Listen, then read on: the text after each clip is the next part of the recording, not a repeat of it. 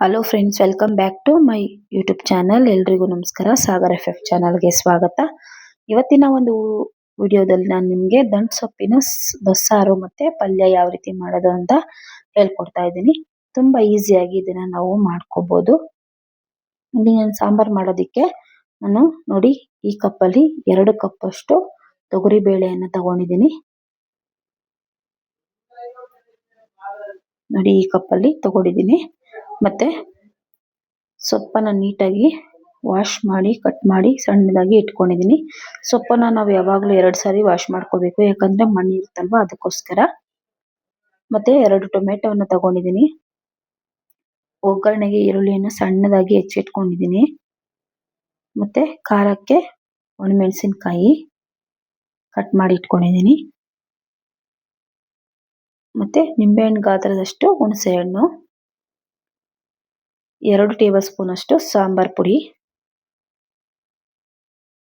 10 ಕಾಳುಮೆಣಸು, 1 ಗಡ್ಡೆ ಬೆಳ್ಳುಳ್ಳಿ, ಮತ್ತೆ 1 ಟೇಬಲ್ ಸ್ಪೂನ್ ಅಷ್ಟು ಜೀರಿಗೆ, ಸ್ವಲ್ಪ ಕರಿಬೇವು, ಕೊತ್ತಂಬರಿ ಸೊಪ್ಪು, ಕೊಬ್ಬರಿ, ಸಾಸಿವೆ.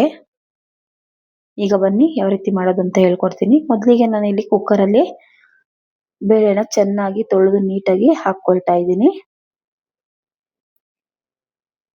ಈಗ ನೋಡಿ ಸೊಪ್ಪನ್ನು ಅಷ್ಟೇ 2 ಸಾರಿ ನೀಟಾಗಿ ವಾಶ್ ಮಾಡಿ ಹಾಕೊಳ್ತಾ ಇದ್ದೀನಿ ಫ್ರೆಂಡ್ಸ್.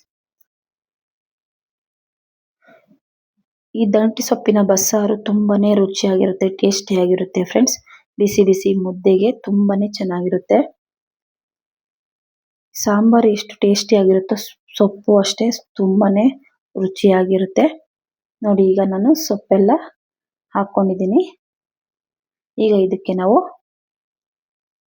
2 ಟೊಮೆಟೊವನ್ನ ನಾನು ಮಧ್ಯಕ್ಕೆ ಕಟ್ ಮಾಡಿ ಹಾಕೊಳ್ತಾ ಇದ್ದೀನಿ.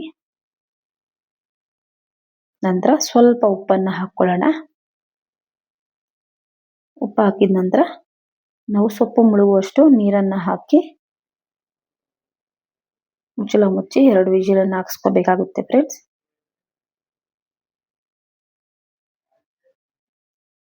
ನೋಡಿ ನಾನಿಲ್ಲಿ 2 ಚಮಚಷ್ಟು ನೀರನ್ನು ಹಾಕೊಳ್ತಾ ಇದ್ದೀನಿ.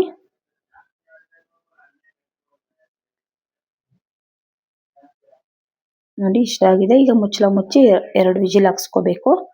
ನಾನಿಲ್ಲಿ ನೋಡಿ 2 ವಿಜಿಲ್ ಹಾಕ್ಸ್ಕೊಂಡ ನಂತರ ನೋಡಿ ಓಪನ್ ಮಾಡ್ತಾ ಇದ್ದೀನಿ ಕುಕ್ಕರ್ ಮುಚ್ಚಳನ. ನೋಡಿ ಎಷ್ಟು ಚೆನ್ನಾಗಿ ಬೆಂದಿದೆ ಅಂತ ಬೇಳೆ ಮತ್ತೆ ಸೊಪ್ಪು. ಈಗ ನಾವು ನಿಧಾನವಾಗಿ ಇದನ್ನ ಒಂದು ಸೌಟು ಅಲ್ಲಿ ತರ ನೋಡಿ ತೂತು ಇರುತ್ತಲ್ಲ, ಅದೇ ಬೋಂಡ ಎತ್ತುತ್ತೀವಲ್ಲ ಆ ತರ ಸೌಟಲ್ಲಿ ನಾವು ಇದನ್ನ ಎತ್ಕೋಬೇಕಾಗುತ್ತೆ. ಎತ್ಕೊಂಡು ಸಪ್ರೇಟ್ ಪ್ಲೇಟ್ ಅಲ್ಲಿ ಹಾಕೊಳ್ಬೇಕು, ಯಾಕಂದ್ರೆ ನಾವು ಬೇಳೆನ ಸ್ವಲ್ಪ ಸಪ್ರೇಟ್ ಮಾಡ್ಬೇಕಲ್ವಾ, ಅದಕ್ಕೋಸ್ಕರ. ನೋಡಿ ಈಗ ಬೇಯಿಸ್ಕೊಂಡಂತಹ ಟೊಮೆಟೊವನ್ನ ಸಪ್ರೇಟ್ ಒಂದು ಬಟ್ಲಲ್ಲಿ ಹಾಕೊಳ್ತಾ ಇದ್ದೀನಿ, ಯಾಕಂದ್ರೆ ಇದನ್ನ ನಾವು ರುಬ್ಕೊಳ್ಬೇಕು, ಅದಕ್ಕೋಸ್ಕರ. ಇದ್ರ ಜೊತೆಗೆ ನಾನು ಸ್ವಲ್ಪ ಬೇಳೆಯನ್ನು ಸಹ ಎತ್ಕೊಂಡು ಹಾಕೊಳ್ತಾ ಇದ್ದೀನಿ. ಬೇಳೆನೂ ಸಹ ಸ್ವಲ್ಪ ರುಬ್ಕೊಳ್ಳೋದಕ್ಕೆ ಹಾಕೋಬೇಕು.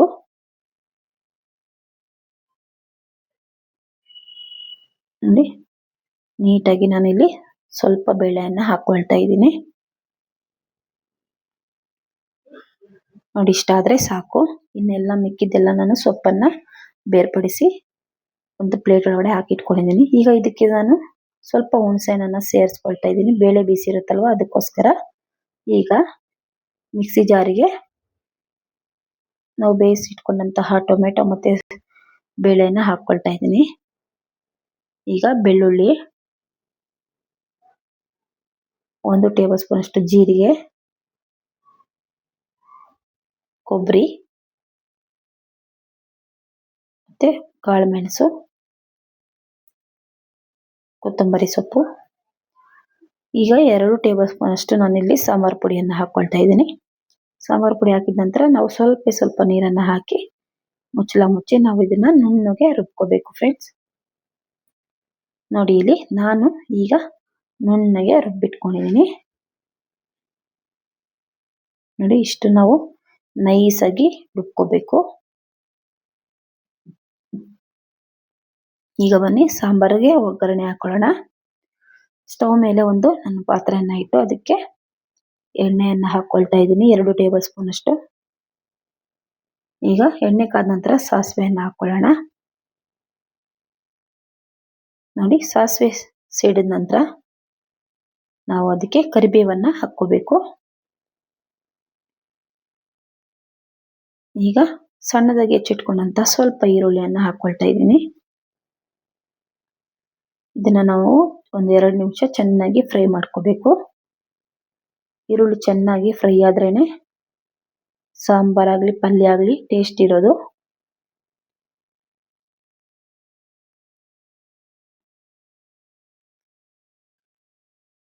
ನೋಡಿ ಈಗ ಚೆನ್ನಾಗಿ ಫ್ರೈ ಮಾಡ್ಕೊಂಡ ನಂತರ ನಾವು ಇದಕ್ಕೆ ರುಬ್ಬಿಕೊಂಡಂತಹ ಮಸಾಲೆಯನ್ನ ಹಾಕೊಳ್ಳೋಣ. ಮಸಾಲೆ ಹಾಕಿದ ನಂತರ ನಾವು ಇದನ್ನ ಮಿಕ್ಸ್ ಮಾಡ್ಕೋಬೇಕು ನೀಟಾಗಿ.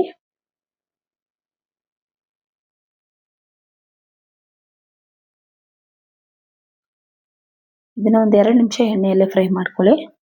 ಈಗ ನಾನು ಮಿಕ್ಸಿ ಜಾರ್ ತೊಳೆದ ನೀರನ್ನ ಹಾಕೊಳ್ತಾ ಇದ್ದೀನಿ.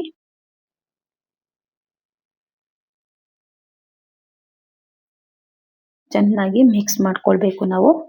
ಈಗ ಇದಕ್ಕೆ ನಾವು ಮೊದಲೇ ಬೇಯಿಸಿಟ್ಕೊಂಡಿರ್ತೀವಲ್ಲ ಸೊಪ್ಪು ಮತ್ತೆ ಬೇಳೆ, ಆ ನೀರು ಮಿಕ್ಕಿರುತ್ತಲ್ಲ ಅದನ್ನ ಹಾಕೋಬೇಕಾಗುತ್ತೆ. ಆ ನೀರನ್ನ ಹಾಕೋದ್ರಿಂದ ಸಾಂಬಾರ್ ಟೇಸ್ಟ್ ಚೆನ್ನಾಗಿರುತ್ತೆ. ನೋಡಿ ಇಷ್ಟು ನಾವು ಇಷ್ಟ ಆದ್ರೆ ಸಾಕು. ನಿಮ್ಗೆ ಗಟ್ಟಿ ಬೇಕು ಅಂದ್ರೆ ನೀವು ಸ್ವಲ್ಪ ನೀರನ್ನ ಕಡಿಮೆ ಹಾಕೊಳ್ಳಿ. ಮುದ್ದೆ ಅನ್ನಕ್ಕೆ ಬೇಕು ಅಂದ್ರೆ ಸ್ವಲ್ಪ ನಾವು ನೀರನ್ನ ಜಾಸ್ತಿ ಹಾಕೋಬೇಕಾಗುತ್ತೆ. ಸಾಂಬಾರ್ ಕುದಿಸಿದ ನಂತರ ನಮ್ಗೆ ಗಟ್ಟಿ ಆಗುತ್ತೆ.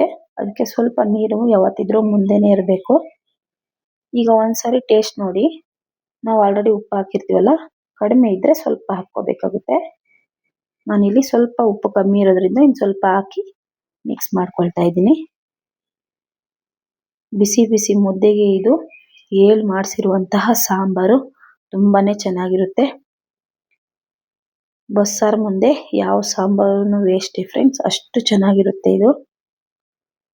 ದಂಟಿನ ಸೊಪ್ಪು ಬಸ್ಸಾರು ತುಂಬಾನೇ ಟೇಸ್ಟಿಯಾಗಿರುತ್ತೆ. ನೋಡಿ ಈಗ ಸಾಂಬಾರು ಚೆನ್ನಾಗಿ ಕುದೀತಾ ಇದೆ. ಆ ನೊರೆ ಎಲ್ಲ ಕಡಿಮೆ ಆಗೋವರೆಗೂ ನಾವು ಚೆನ್ನಾಗಿ ಕುದಿಸ್ಕೋಬೇಕು ಸಾಂಬಾರನ್ನ.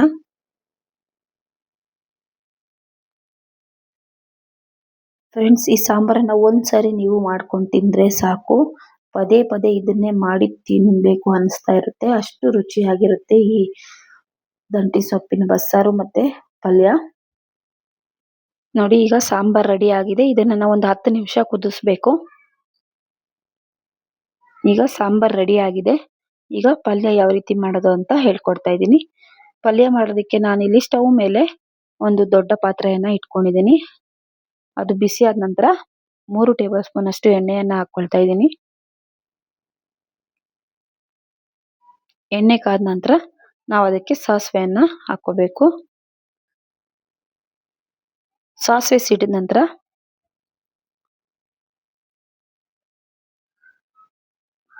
ಕರಿಬೇವನ್ನ ಹಾಕೊಳ್ಳಿ. ಈಗ ಸಣ್ಣಗೆ ಹೆಚ್ಚಿಟ್ಕೊಂಡಂತಹ ಈರುಳ್ಳಿಯನ್ನ ಹಾಕಿ ಖಾರಕ್ಕೆ ಒಣಮೆಣಸಿನಕಾಯನ್ನ ಹಾಕೊಳ್ತಾ ಇದ್ದೀನಿ. ಈಗ ಇದನ್ನ ನಾವು ಈರುಳ್ಳಿ ಚೆನ್ನಾಗಿ ಫ್ರೈ ಆಗೋವರೆಗೂ ನಾವು ಫ್ರೈ ಮಾಡ್ಕೋಬೇಕು.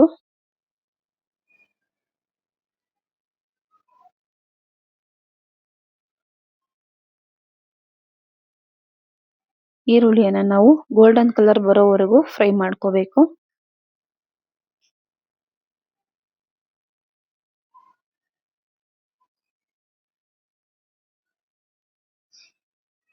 ಈಗ ಸ್ವಲ್ಪ ಉಪ್ಪನ್ನ ಸೇರಿಸ್ಕೊಳ್ತಾ ಇದ್ದೀನಿ.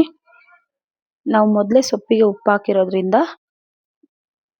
ಒಂದ್ಸರಿ ನೋಡ್ಕೊಂಡು ಸ್ವಲ್ಪ ಸ್ವಲ್ಪ ಹಾಕೊಳ್ಳಿ ಉಪ್ಪನ್ನ. ನೋಡಿ ಈಗ ಈರುಳ್ಳಿ ಚೆನ್ನಾಗಿ ಫ್ರೈ ಆಗಿದೆ.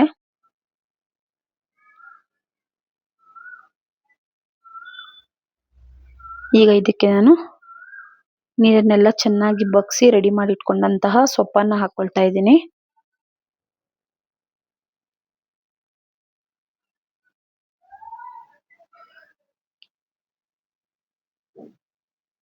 ಇಷ್ಟೇ ಫ್ರೆಂಡ್ಸ್, ತುಂಬಾನೇ ಈಸಿ ಈ ಸಾಂಬಾರು ಮತ್ತೆ ಪಲ್ಯ ಮಾಡೋದು.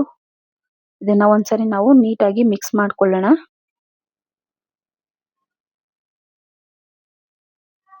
ಇಷ್ಟೇ, ಕೆಲವೊಬ್ರು ಏನ್ ಮಾಡ್ತಾರೆ ಅಂದ್ರೆ ಧನಿಯಾ ಪುಡಿ ಗರಂ ಮಸಾಲೆ ಎಲ್ಲ ಹಾಕ್ತಾರೆ, ಆದ್ರೆ ಚೆನ್ನಾಗಿರೋದಿಲ್ಲ.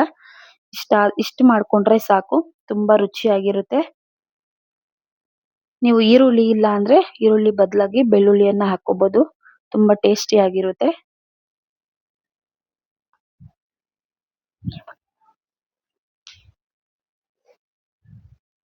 ಇಷ್ಟೇ ನೋಡಿ ಎಷ್ಟು ಚೆನ್ನಾಗಿ ಪಲ್ಯ ರೆಡಿ ಆಗಿದೆ ಅಂತ. ಈಗ ನಾನು ಇದನ್ನ ಬಿಸಿ ಬಿಸಿ ಮುದ್ದೆ ಜೊತೆ ತಿಂತಾ ಇದ್ದೀನಿ ಫ್ರೆಂಡ್ಸ್.